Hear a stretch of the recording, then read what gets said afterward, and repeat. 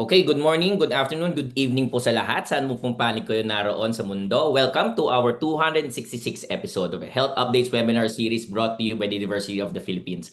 Thank you for being part of our credible online community, and to all those who've just discovered us today, welcome po at sana po marami po kayong matutunan. Very important topic po for today. Ngayon po, no, lagi po natin pinag-usapan, ano po ba ang universal healthcare? At meron po kasi tayong may persistence po kasi no, ng para bang fragmented po na healthcare system sa Pilipinas, and this presents such critical challenge how we can achieve equitable and efficient health outcomes para po sa lahat ng mga Pilipino. So for this week's episode po, no, pag-usapan po natin ano po ba yung iba't ibang mga elemento that contribute to this persistent fragmentation. Maybe we can go beyond anecdotal observations and something much more evidence-based po in terms of the analysis. So pag-usapan po natin, syempre po, decentralized po ang health functions, so the local government units po, no?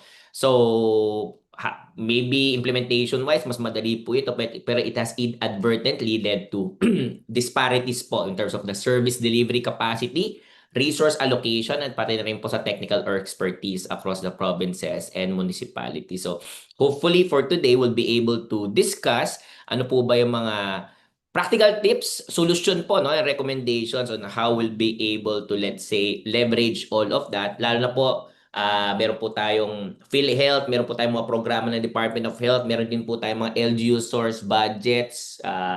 Yung PhilHealth po, di ba, may yakap program, DOH, meron na po mga MAIFI program, so sa mga LGUs din po. So paano po ba yon makakatulong para po hindi po masyadong lumala yung pong out-of-pocket expenditures po natin, lalo po sa mga most vulnerable po natin ng mga kababayan. So this is the Health Updates program, and I'm your host, Dr. Raymond Francis Sarmiento. Always a pleasure to be with all of you during our regular Friday, and also my pleasure and honor to host this program together again with Dr. Stella Marie Jose. Ma'am Stella?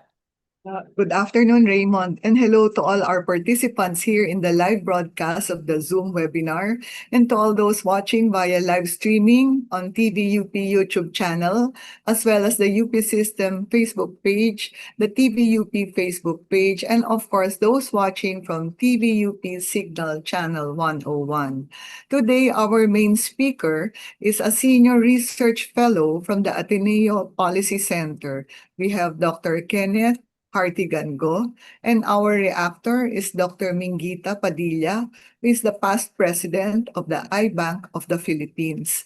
In this week's episode, we will discuss how we can transform a fragmented system into a cohesive, resilient, and truly universal health architecture. But before we go to the presentation, Raymond will introduce our person on the street video. Back Thank to you, you, Raymond. Thank you, Dr. Stella. To set our discussion po into context, we'll watch a very short video cobbled together po, no? Very hardworking team from our Health Updates webinar team po, no? Questions that we pose to our interviewees are as follows. Ano po ang pagkakaintindi nyo sa universal healthcare? Sa tingin po ba ninyo, bakit kaya mahal ang pagpapagamot sa Pilipinas? At saan ang mga unang pupuntahan ninyo kapag may nararamdaman po kayong mali sa inyong kalusugan o kaya mga sakit, no? At kayo po ba ay umiinom ng mga gamot? Maybe hindi po siya pre-prescribe ng doktor, at bakit hindi nyo po iyon ginagawa? Please watch this. So I'd say it's healthcare that's primarily focused on access, whether or not you have either the ability to afford it.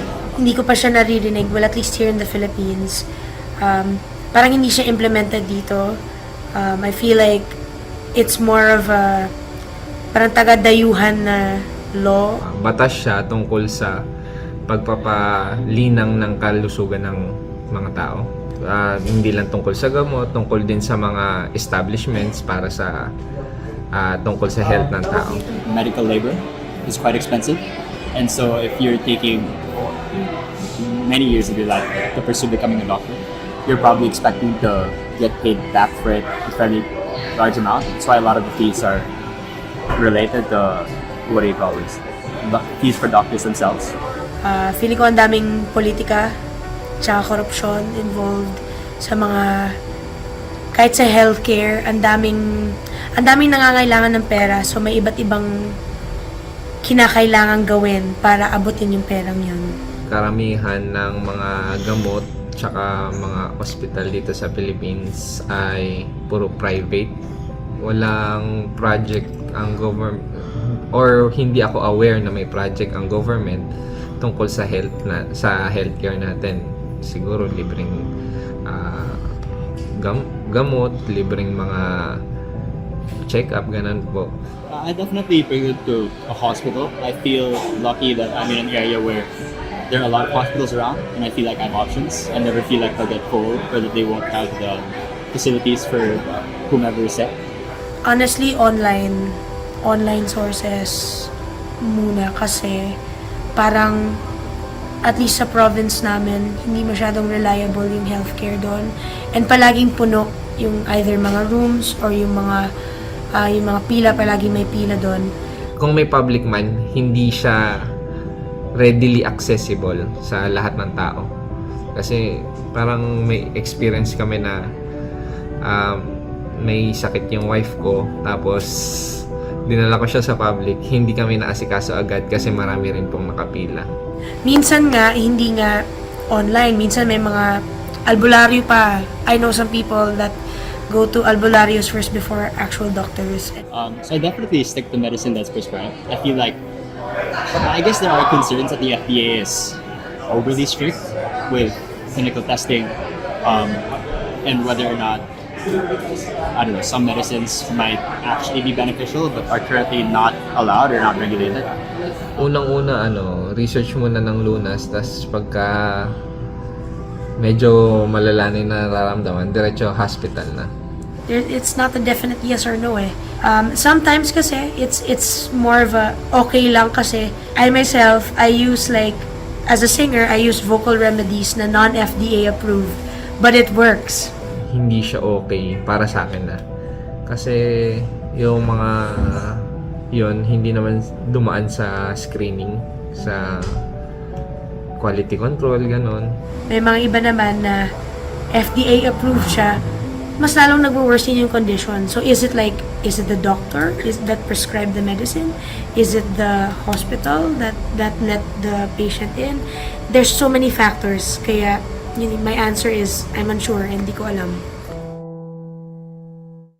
Okay, thank you so much po to our Health Updates webinar team. So marami pa po talaga tayong kailangan malaman patungkol po dito sa universal healthcare. So we'll try to make sure po that by the end of this webinar, we'll be able to maybe correct some misconceptions at maitama na po yung mga kailangan po nating maitama. So just a little bit of housekeeping po muna. For all those who are asking, certificates of attendance will be given to those who have watched at least 50% of the webinar duration. For our webinar today, we'll have a standard panel discussion format, and after our speakers are presented, that will be followed by a Q&A session. So we'll get our webinar underway. Our main speaker for today will be introduced by Dr. Stella Jose.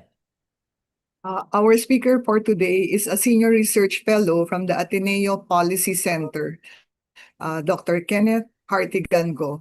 Okay, so let's hear from Kenneth. Maraming salamat sa iyo, Dr. Estela and Dr. Raymond, and also Director Grace for inviting me to this forum. Let me, in the next 20 minutes, let me take you through what we have found out so that we are creating a better societal awareness, kung nasan tayo. Let me put on my slides. Okay.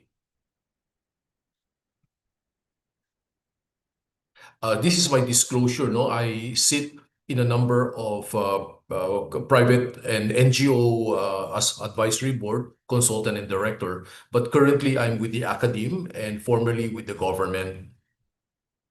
The relevance of this session is simply because we want to tie up health systems in our country, in the Philippines, and how it relates to universal healthcare. With all the promises of universal healthcare, ano pwede natin gawin to help advance this agenda? I will describe contemporary reality-based issues of Philippine healthcare, and they are identified as problems.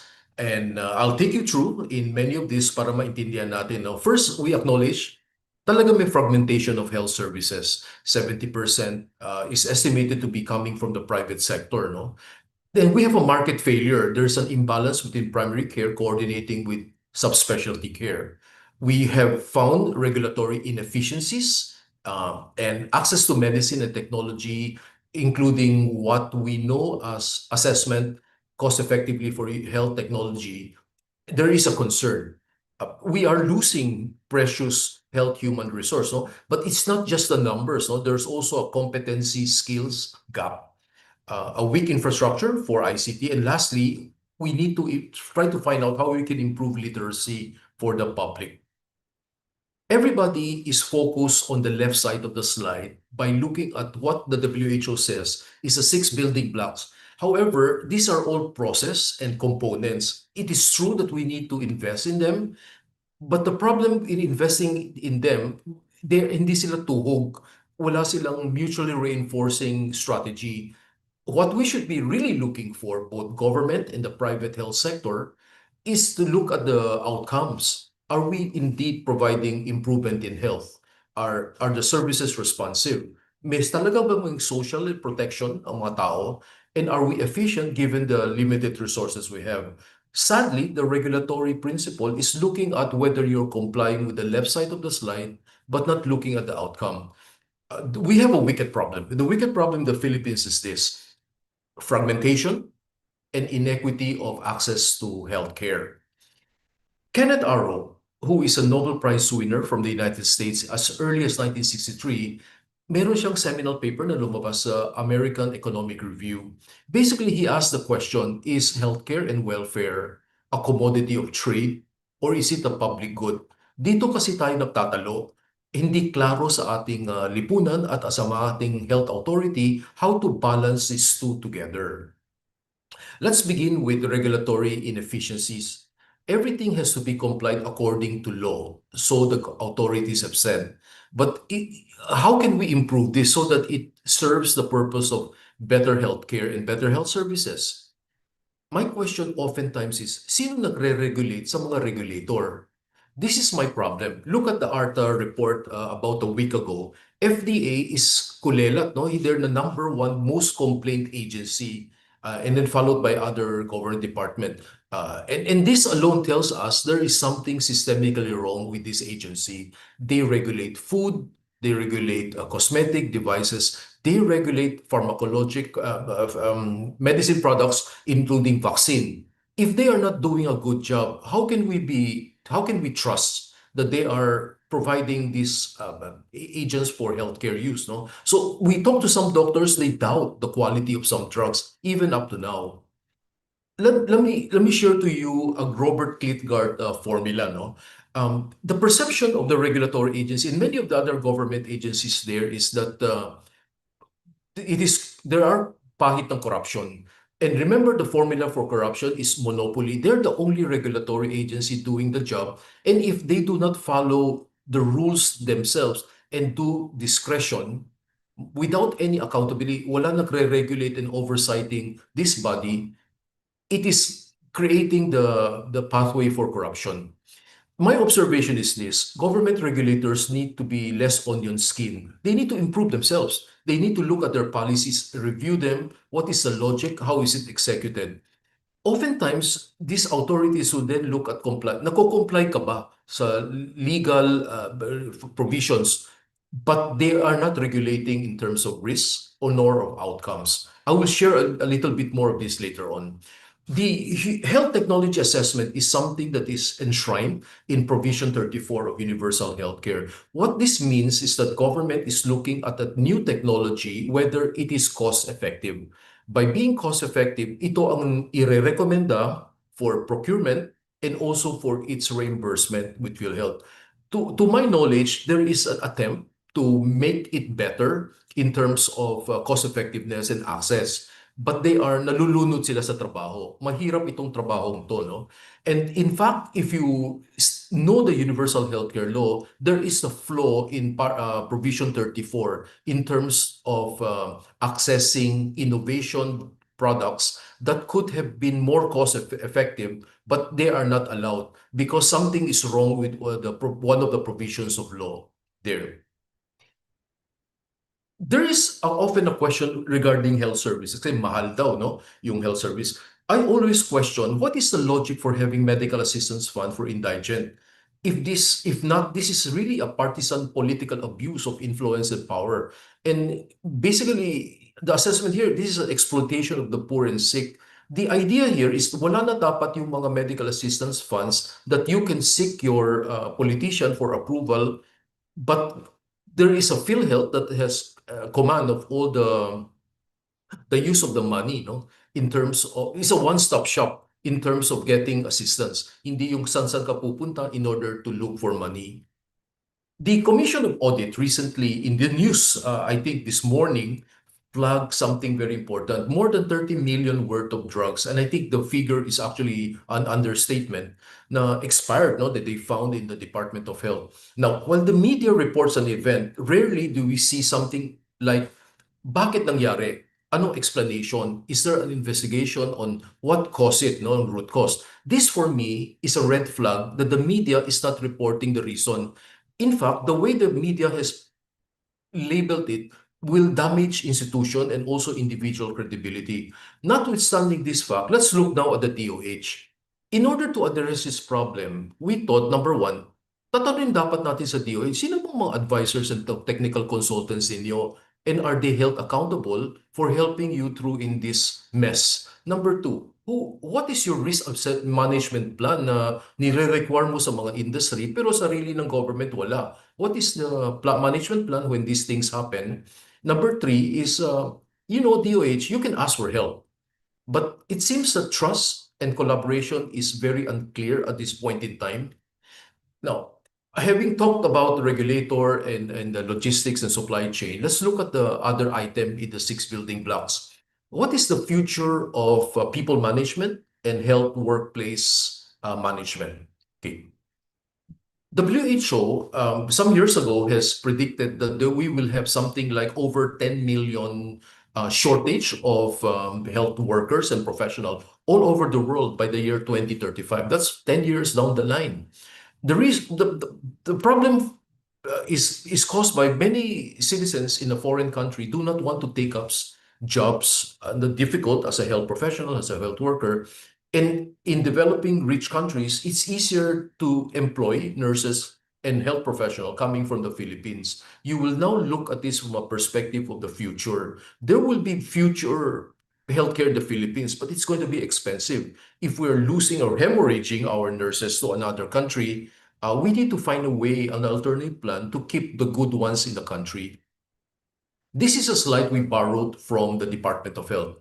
And this is the data that came out last couple of years ago. Look at this is the value chain, no? So, pumapasok yung mga students sa medicine, nursing, midwifery, but look at the dropout rate, 74%. Nursing, the data we have in 2024 was actually attrition rate of 79%. Ang laki ng attrition, ibig sabihin, hindi sila nakakapagtapos ng kanilang kolehiyo. And therefore, ang graduates ay kukunti. Yung mga konting nag-graduate, the next step is to get their license. Because really, we're a highly regulated healthcare industry or sector, but our outcomes are not very good. There is the need to question anong role ng CHED, anong role ng PRC in improving healthcare. But if they're just simply saying we're doing our jobs, they are doing a very bad job, no? Why?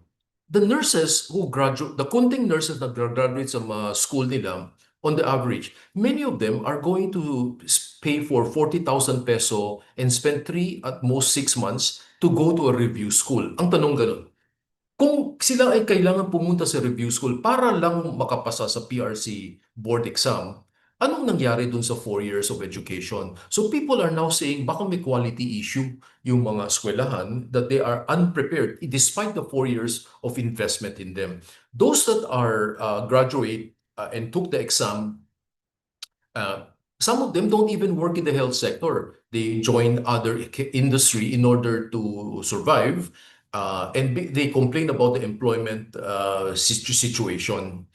And then some of them are leaving the country. So if you want to look at it, the human resource for health, you have to look at it from an entire value chain. Tuhok pa tayo? And the answer is no. From a pre-service education, we believe that the quality of education can be improved. One of the questions we ask is, since universal healthcare law was passed in 2019, meron ba silang programa to educate the health workers or health professional about their roles and responsibility pag nag-graduate sila in terms of applying universal healthcare? The answer is no. Secondly, there is a problem with continuing education and renewal of license. So we question ngayon the Board of Medicine, why and what gave them the right to renew the license of a doctor if the doctor is a specialist who only presents continuing medical education and professional development hinggil dun sa kanilang subspecialty lang. There is an issue here. I think this is a regulatory failure. Of course, when they get into employment, the problem now is maliit yung sahod, no? Malaki ang government, so talo daw ang private sector. But when we look at the government nurses, look at the workload nila. One nurse may be taking care of 20 to 30 patients, no? And despite the relatively high salary. But you know, when they talk about wanting to stay in our country, it's not just about the salary. It's about the working condition. Secondly, yung mga nurses believe that dead-end career sa kanila ang being a hospital nurse. And therefore, ang gusto nila, sana may kunting pagtingin, ano pwedeng career path nila beyond a hospital nurse. And sadly, our own medical doctors seem to prevent them from expanding their horizon. So dito tayo nakakatalo, no? And 7 out of 10 nurses in working in the hospital are thinking of ways to get out of this country to migrate and work elsewhere. Those who are successful elsewhere want to come back, nahihirapan din sila pumasok, bumalik. Therefore, we do have a problem with the re-entry and reintegration system. Luckily, the DMW is trying to find a way to entice them to come back. No? And I think this is something that we need to get academics, medical professionals to invest in study kasi this is an important item in improving our universal healthcare pag na-solve natin human resource problem. Look at this nurse. Nurse is occupied with her time in the station putting EMR. While the EMR is something that many of us have been told that we need to invest, improve para may electronic record, our problem is interoperability. Now, one of the unintended consequence of this is kulang ng nurse tapos nire-require pa yung EMR. The nurses are being de-skilled. Some of them do not know how to manage patients' bedside anymore. And we've seen that in the hospital, no? So I think there has to be a better way of doing hospital work in this regard, no? Now, until the day PhilHealth cover for nurses, including pharmacists, no? Part of a health team, their fees coming from PhilHealth, as explicitly as they are giving it to physician, our universal healthcare is only a promise. It will never be fully effective. Sometimes we hear that ang capitation money that goes to the local government unit, bahala na kayo mag-decide paano i-divide yung pera sa mga health worker. And without a guideline, cannot be. This becomes transactional and totally ambiguous. This is the time that we have right now, no, working with the human resource in health. We are in this moment in time where 5 generations are working side by side together. And work ethics are different from each individual and each sector. And we have to learn how to work together. No? I think the effectiveness of measures for people management, such as health sector, is that my observations, there are too many oldies trying to occupy management posts, but they do not know their job. They don't want to have a succession planning for the young ones to take over. Sometimes they're even competing with the young doctors for clinical practice, and they are administrator. And I question, if you are an administrator for a hospital and you're a doctor, if you're not doing it full time, I don't know where you can find the time to even do private clinical practice and fix the issues of in a hospital system. My second question is this. Every corporation in healthcare, pharma, hospital, you name it, no, they are governed by a board of directors. Even PhilHealth has a board of directors. My question now is, do they know their jobs? Unlike financial sector where central bank, insurance commission demands that these directors undergo classes to know how to run their company well, we don't have a similar setup for the health sector. I believe that many of the board of directors in a private corporation sit there as an investor, but do not know what is their duty to improve their hospital setup along the lines of universal healthcare principle. Okay, let's do a quick study. I think the first one is conflict, no? Today, many doctors in a hospital, in private hospital, they are not technically employees, no? But they are consultants, sometimes stockholders. But in many cases, they are treated as tenants. They own the right to a clinic, but then they are also involved with clinical practice in-house, no? And then shape the way the hospital is being run. And there are also these doctors who are competing with their own hospital services by through laboratory and pharmacy outside of the hospital.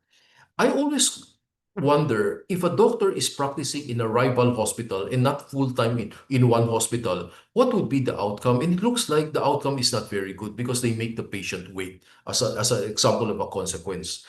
I also want to ask the question, should public sector doctor nowadays be engaged also in duality of practice in private practice, especially if they are working within a public facility? These are issues and question mark. Now let's charging professional fee. You must remember that a few months ago, there was a controversial issue regarding this gentleman and shaming a doctor for charging exorbitant fee. Now, he said, you said, we actually don't know all the details, but Philippine Medical Association came up with a statement that the public should not shame a doctor, no, given their stature, their education, and their service to the public. But one of the things that the PMA president said was this: each doctor has a right to determine the worth of the services rendered, guided by a common relative value scale that is followed in the Philippines, and therefore determine how much he can charge. This is a very dangerous statement because it does not tell us how one should be guided on how to charge professional fee. And the next thing that this gentleman did, who was publicly shaming a doctor, he asked a very pertinent question. Bakit walang clearer regulated standards and guidelines for the professional fee across all medical institution? Alam mo, nobody's talking about this now. I think sasabog pa to later on. I think the medical community should get their act together and agree on what is reasonable. It could be not a perfect solution, but it's better to have something that guides us rather than nothing. So right now, it is a free market model where you charge according to what the market will bear. Kawawang pasyente, no? Okay. And in the meantime, if you notice, the media was just playing the doctors and this controversial individual, pinagsasabong tayo. Second, why are there rising costs of healthcare? The controversial question I want to put to the table, while the Department of Health looks at training education hospital as the apex hospital, if the patients are providing themselves as clinical subject for the training fellows as well as the practicing residents under training, in a sense, we are paying for their training, right? But how come they are charged the private sector, private facility with high cost of healthcare? I think somewhere along the line, there has to be some ethical balance. Do not bibigay mo ng sarili mo as helping them grow and learn, but yet you are being charged differently, no? So something has to be, we need to discuss this more. Now, can the doctors be evaluated on their outcomes and not just their service, no, in their specialty? Health technology assessment was designed to compare two technology, two products, two medicine, which one is more cost effective, which one has a better outcome. Imagine applying health technology assessment to do equally very competent, qualified hospital specialists wanting to practice it, but you can only take one. What cost effectiveness analysis can we apply on these two doctors? So in short, I'm using the health technology assessment principle to gauge which one should stay in the hospital. And too many specialists in the hospital may not be actually a good idea. So things like efficiency, effectiveness of care, patient satisfaction, their ability to be there and practice, not practicing also in a rival hospital, might actually improve the quality of care. So now we look into the quality of care. I always believe that the hospital, sometimes they go into false advertising. We give you high class quality care. But high quality care is really in the minds of the provider. It is not value care as shared by patients, with their families and clients and customer. No, example is we own your hospital record. You don't own it. But in ethically, the data is owned by the clients, right? So investment in quality, according to the healthcare investors provider, does not mean creating value. Value-based care should be look at the perspective of the patient. Ito ba ay kaya kong bayarin, no, for the care that you're giving me? Besides, the amount of money they pay you, the doctors, for instance, in the hospital, is based on the room where they are. But does it change the quality of care? It shouldn't, right? So therefore, I always say that to be diplomatic, quality and value is actually the same coin, only with two different sides of the same coin, no? Now, case study number 4, we're winding down now. Some of the experience we have nowadays kung bakit mataas ang healthcare at hindi accessible is because too many specialists are clinicians are in the game. And we have observed that very good, highly specialized clinician sa kanilang field, no, do not necessarily make the best attending physician. And part of the root cause is that the hospitals do not employ generalists or do not employ hospitalists who can integrate the care for a patient. They look at the patient as a body part and are there dalubhasa nga sila, no? But the only recourse is let's call in another expert, another specialist, and before you know it, you have 10 specialists looking at one patient, no? Kasi hindi ma-manage ng generalist. I think medical specialty organizations, professional organizations also has a role to play because they influence a behavior is not necessarily best for the patient, no, and the outcome. In fact, when we ask them, how many cardiologists do you need to train and where are the areas needing cardiologists in the country? I think nobody has this answer. So if you match the need and the demand and the creation, parang we are misaligned. And therefore, another way of interpreting fragmentation. Lastly, I want to share with you that ICT in healthcare is one of the big important component to integrate how we do things, no, to defragmentize. Unfortunately, ang mga database natin ay not interoperable. And to top it all, we also are not protected because every day we have knowledge that there are always penetration in cyber attacks, no? Where data is leaked out, but we never held anybody responsible for this problem. Why are there health scams? And this is because the regulatory bodies are not doing their job, no? And healthcare is also the health products are also expensive. Oh, by the way, I need to say that now we're seeing a lot of junket trips made by doctors, whining and dining, that dati na control na ng konti yun eh. But now the pharmaceutical company seems to be coming up with a vengeance, and doctors are actually demanding that they be given these this privilege without attending any scientific conventions. This is really unethical, but nobody is policing that well, no? So I think because of that, patients are gravitating to false claim, false cure, online access to things that are promising panacea, and we don't even know if they're safe. When we confronted FDA and said, bakit hindi hinahabol yung mga online sales? Eh kasi walang complaint daw. I want to share with you one of the global threat and health threat that we have is disinformation and malinformation.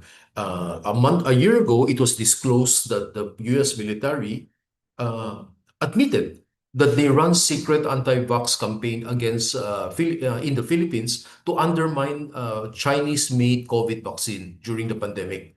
But nothing happened. Our government did not run after the government of the United States for doing this illegal, unethical activity because may impact to. They use social media to pollute the environment to let us not trust the vaccine that was coming from China. So I like to stop here because I don't want to go beyond my time. And for TVUP, thank you for having me here. Happy to answer question later, but also very happy to have my classmate as a panelist reactor. Thank you. Salamat.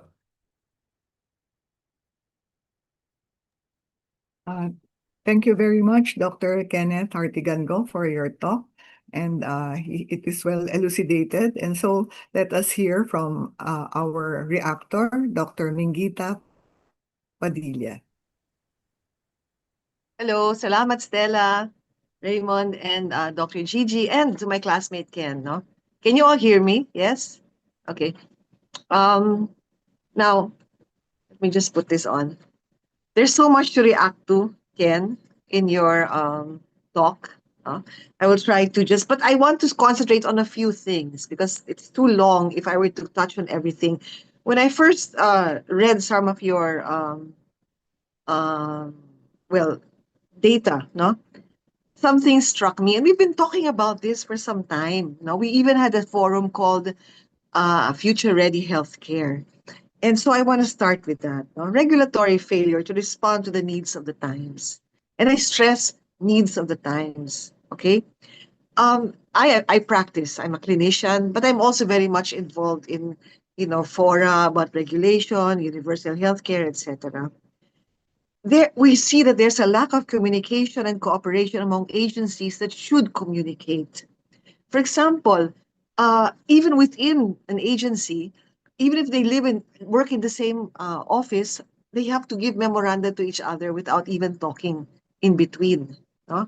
And sometimes it's to the point of being ridiculous. I saw that when I was in PhilHealth. To the point that nagalit na talaga ako, mag-usap naman kayo. There is also an inertia of regulatory agencies insisting on doing things the old way, when the current situation requires novel ways of addressing problems and nagtuturuan. Um, let me give you, and another thing is a lack of accountability. Let me talk about new ways, okay? I was given the privilege of touring a very modern hospital that's going to be in full operation next year in Makati. It's a private hospital, but they are a true PPP hospital, public-private partnership hospital, and they pride themselves in being so. They are world-class. I saw their facilities. They have AI beds that are powered by AI. They have beds in the ICU powered by AI. And this means that you don't need a person to be measuring urine or even taking their temperature the way others do. So yet, they're trying to get DOH to accredit them and to see that they won't need as many nurses or as much staff because they have AI-powered equipment, AR-powered beds. And nagtuturoan, DOH says, no, you have to go to HTAC. And then, but sabi naman ng ibang taga-DOH, no, but that's regulations as to how many nurses you need. So there's no communication. Again, nagtuturoan. No? For something as innovative as this, you have to support it, but there's a lack of support for innovation for AI-powered things, which we know, and studies have shown, that it can reduce the requirement for human resources if we just adapt certain things in AI. A very good study was the one done by Accenture in Singapore. In 2020, it was entitled Designing for a Future-Ready Singapore Workforce. It showed that with AI, you can actually, automation potential for nurses, for example, is 22%. And healthcare physiotherapists, pharmacists, down the line, there is always a potential for automation. And here we have a hospital that is actually doing it, and they cannot get support from the regulatory agencies. This is an actual occurrence. So we need for people in the regulatory agencies to get out of their inertia and be open to new ways of doing things. Because we know already, as Ken said, and what we have been repeating over and over again, we have a shortage of human resources for health. So one of the main reasons also is burnout.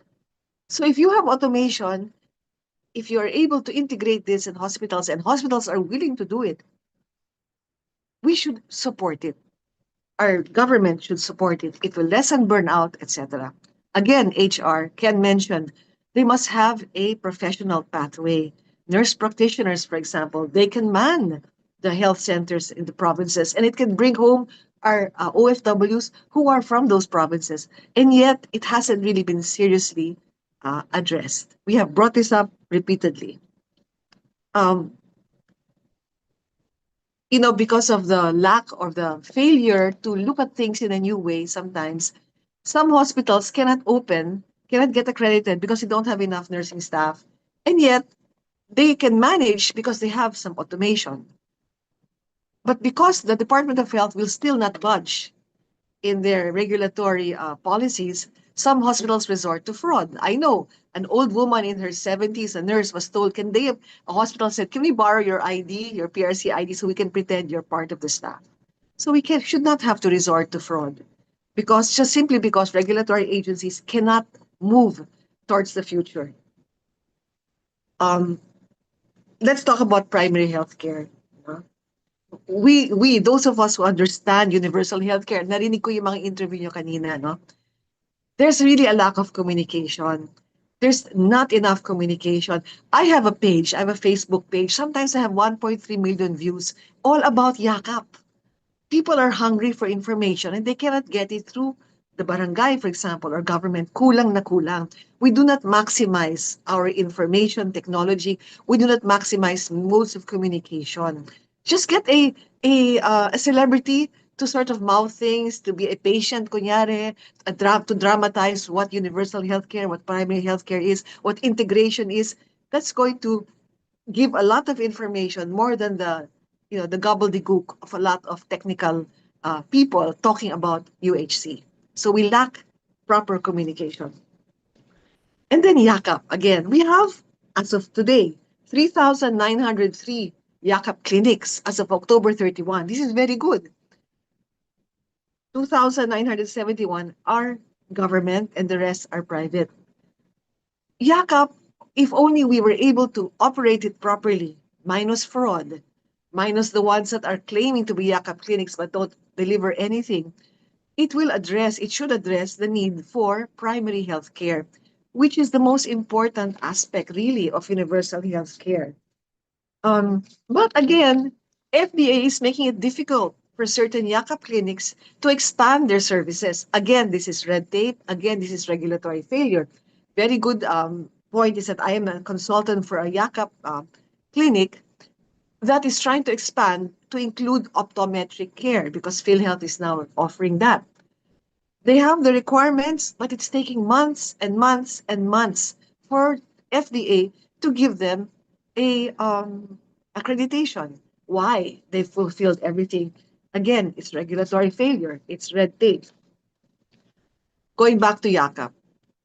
PhilHealth, it's a very good program, but it is beset with a lot of there's ghost patients, there's identity theft, and there's no accountability for the players, particularly the IT providers that have actually been behind this fee splitting, ghost patients, identity theft. They must be stricter. We must really be strict about accountability. We can follow the US model that they did many years ago that really brought down fraud. They created what they call the anti-fraud task force, or they call it strike force, which included the DOH, the Department of Health, their FBI or NBI, and their Medicare or PhilHealth. We can do something like that. It should not all be PhilHealth doing it. They cannot investigate it because sometimes they have to investigate themselves. I won't talk much longer. No, a recent study. Let's just put it in perspective. No, a recent study by the Boston Consulting Group showed that 64% of Filipino families cannot afford a 10,000 peso hospital bill. Then you add to this, a recent forum organized by the Philippine Institute for Development Studies said that 40% of problems of hospitalized persons should have been solved as outpatients through primary health care. But there's really a need to move forward on long-delayed reforms. Hindi nga kaya nila magpa-hospital, pero they don't have access or enough access to primary health care, which would lessen the need for hospitalization. So putting all of this together, and I want to give time for question and answer, what should we do? Lessen red tape. Go after erring groups and individuals. Fix the supply chain management. You see all those expired medicines in the DOH, that should not happen. The medical assistance for indigents, as Ken said, that is a political tool, that is patronage, it is keeping healthcare as patronage. It should be a right, not a privilege. Put almost all the money into PhilHealth. Healthcare access should not depend on political affiliation. Government agencies should work together. They should talk to each other and be willing to think outside the box. We cannot solve problems using the same mindset that created the problems in the first place. improve the way government communicates with patients, utilize all the possible ways that you can, not the ways that don't work. Maximize AI and IT, and integrate more non-nursing people like nursing aides, etc., into the hospital care. Speed up the ladder type of education so they can graduate at different levels as different things. They don't have to be all RNs. We have some models now coming up, PPPs, let's support them, model hospitals. We need to do this yesterday, no time to waste. I'll end there first. I have so much more to say, but let's end there so we can have people, attendees ask questions. Thank you very much. Well said, Dr. Mingita Padilla, and Thank also you. Dr. Kenneth. And I'm really impressed in your presentation, and both of you, I think you did very well. And I just have a few questions. So, like for example, in PGH, we see many patients in the ER. They come from mostly from Cavite. And then these patients, they don't go to the hospitals in Cavite. So some of them are primary health care lang, pero they want to go to Manila, they want to go to PGH. And so what happens is the ER is so full of patients. So I think really the government should do something about this. So that Yeah. so that the patients will just they'll stay in the province and have it done, have the procedure or the sickness solved there. Or what can you say about that, Pingita? You know, it's really sad because as we said, no, the statistics have shown that 40% of all problems brought to the hospital could have been handled in the primary care level. Okay? Again, kasi because I talked to a lot of people, I ran and everything, so I've met a lot of people around the country. So sumbungan ako, they like to make sumbong. In Cavite, recently, and I won't tell you anymore which part of Cavite, there's some scams using Yakap. So Yakap is supposed to be, okay, I'm a Yakap, I'm a PhilHealth member, I can go to this clinic for my primary care checkup, they can give me some basic tests and my maintenance medicines. But what's happening now, some of them are being registered into Yakap facilities and they don't know anything about it. Their names are being used, their identities are being used, and then the same places that the same officials or people who register them claim from PhilHealth. So these people, if only they were educated. That's why we need to educate talaga. We need to educate them. And people like me, I know there are others doing it online, no, through social media. But there has to be a concerted, organized effort and effective effort by government to educate the people so that they're empowered. Now, more and more people realize that, and PhilHealth naman, in fairness to PhilHealth, they responded to this problem because now um, they created a means na if you're, for example, now you're going to be in a Yakap clinic, kailangan that Yakap clinic should contact you and tell you naka-register ka sa amin. Okay? And they cannot charge from PhilHealth until you have seen them. They have seen you. And there's proof that you have been checked. Okay? So because nga of the rampant abuse, already there are mga players and this runs to the tens of billions. I mean, it's really sad. A very good program sana being abused. So that's the problem, lack of communication. If only they knew. And also, the people who are Yakap clinics, the Yakap clinics are now being held to a higher standard. When they do fee splitting, may mga fee splitting na nangyayari. No? So they don't get the service they should get. So again, there must be more, how do you call that, accountability of these people. This is the regulation that we need. Hindi yung red tape ng FDA. But these people, the IT, everything has to be regulated. So, but until somebody will be held accountable. And PhilHealth should get more people to help, no? Parang concerted effort, hindi lang PhilHealth. Dapat NBI, mga ganon, no? Marami tapos plus community people, members like us, we can help, no? Put us in a group as part of the task force. So involve the community, Oh. di ba? Yun. Thank you for that. Let's hear from Kenneth. Kenneth is Thank raising you, his Stella, hand. for that question. I'll try my best to answer. You use the case of PGH. Bakit yung mga pasyente in the catchment area of Manila, they're coming to PGH? Unang-una, if it is true that PGH is accepting money from politicians in those provinces, my unsolicited advice, do not accept that money. Because then you are compromised, you are hostage, because now you cannot say no to their constituent being sent to you. In fact, PGH, with all their wonderful doctors that are academics and good clinicians, should look at the root cause of the problem. It's not just about the service that any patient who come we will treat, but PGH is a specialty, multi-specialty hospital. They should look at the root cause of the problem. Is it possible then to help the provinces like Cavite, Laguna, but in the catchment area to do a better job? Secondly, I would advise the director that every patient you see outside of your, that are primary cases that come in from the province, i-bill niyo yung kanilang governor. To send them your bill, how much it costs to treat them, and then let them pay for it. Because it is their duty. Because the politicians wanted decentralization and devolution. Now that you have it there, they are not doing their job.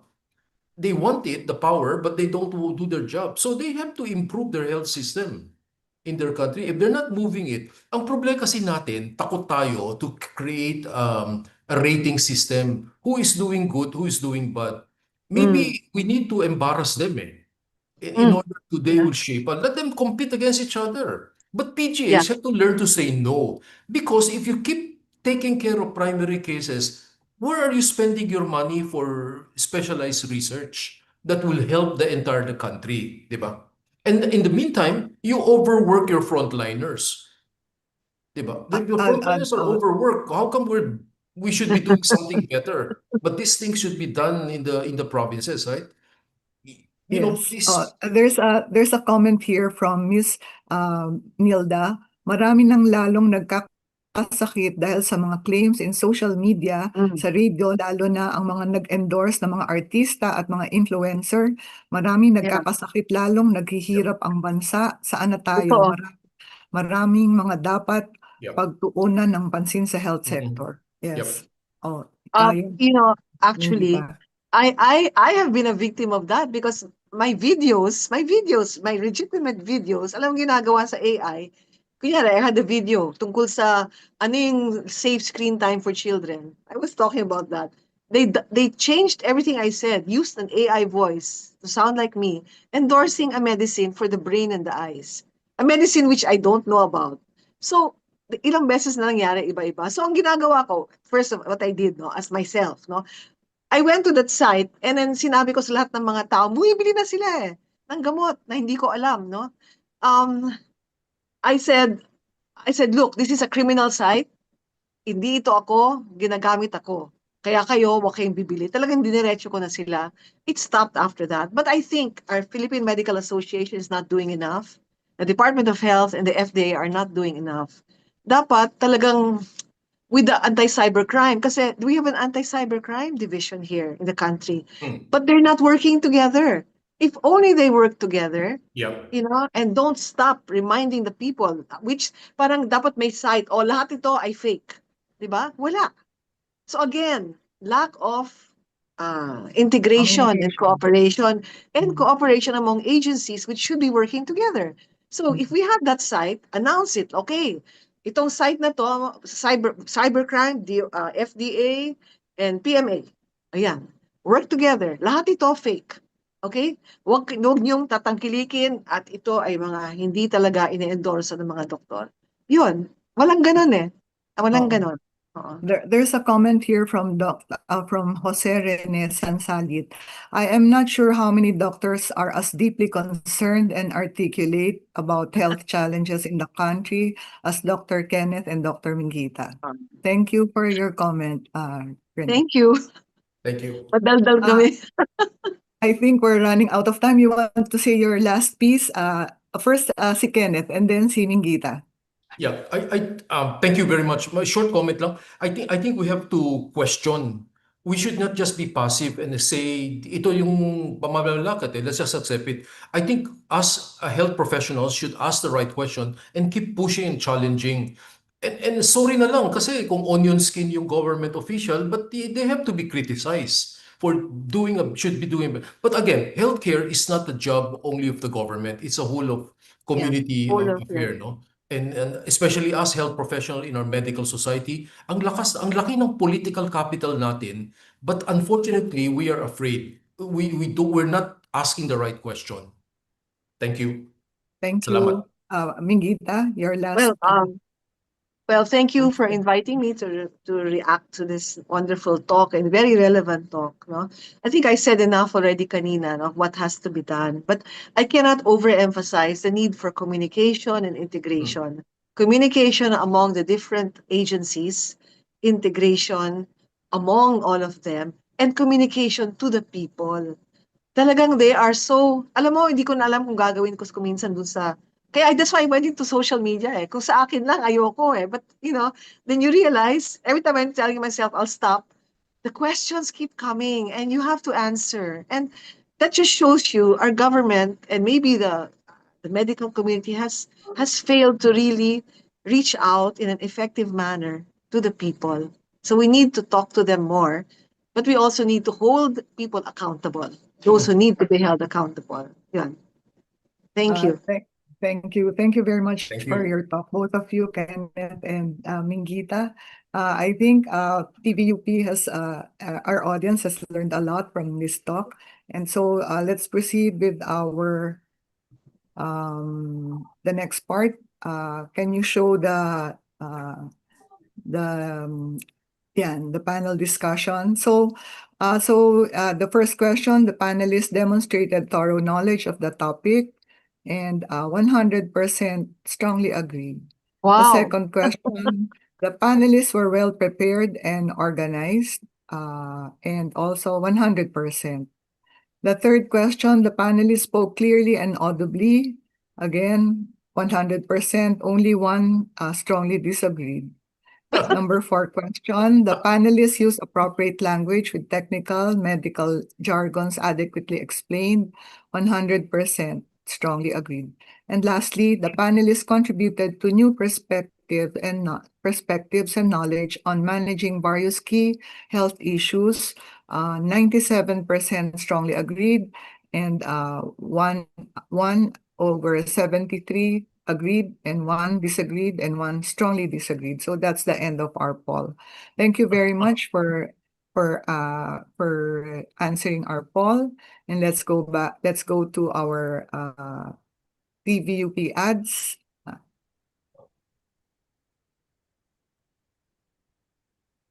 So you can watch our episodes you visit youtube.com.tvupph, and you will see all 265 webinars. Now this is our 266, so you can go through it again if you want to listen to the presentation today.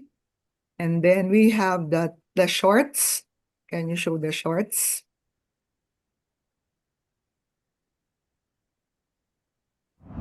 So the shorts these are snippets of the webinar. So the health update webinar, we have the webinar shorts. It's now available in the TVUP YouTube channel. So it's abbreviated version of the webinar, no, the shorts. For next week, our speaker is Dr. Rodney Dofitas and his son, and they will speak on surgical innovations. And I think that's all for today. Thank you very much again to Mingita and Kenneth.